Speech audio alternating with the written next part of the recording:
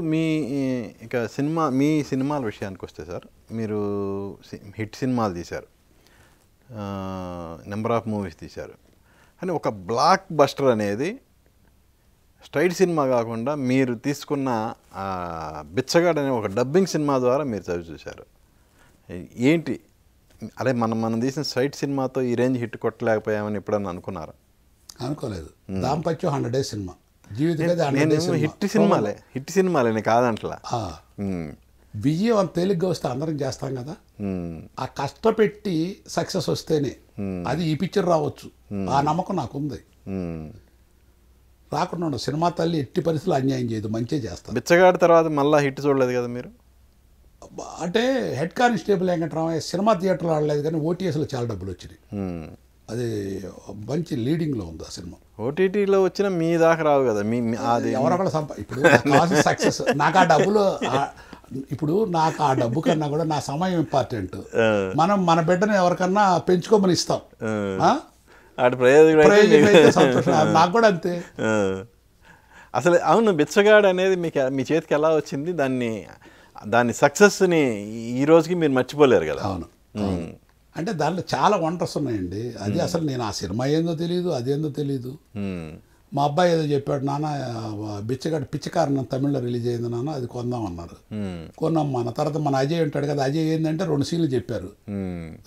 Pizza కార్నర్ది ఒకటి, తల్లి కోసం అని. అప్పటికి అసలు అది పెద్దగా తెలియదు. సరే అనుకోకుండా రోహిణి సత్యనారాయణ కొడుకు అంటున్నాగానే రోహిణి సత్యనారాయణ కొడుకు ఫోన్ చేశారు, ఆయన బుజ్జి.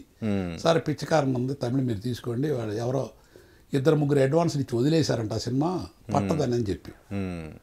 ఎంత అంటే 45 లక్షలు. నేను గుడ్డిగా ఒక దాంట్లో ఏదో ఆ కథలో ఒక అజయ్ చెప్తే నచ్చి కొన్నా.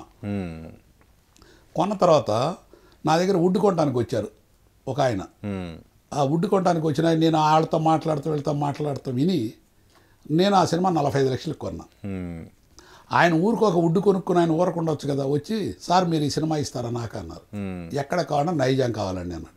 45 లక్షలు ఇవ్వండి అన్నారు. అంటే ఏమన్నా నా ఎదురుగా మీరు సినిమా అంతా 45 కొని ఒక 45 లక్షలకి నైజాం అడుగుతారు ఏందన్నాడు. మీకు సినిమా ఫీల్డ్ ఏమన్నా నాలెడ్జ్ ఉందా అన్న. ఏమి లేదని అన్నాడు.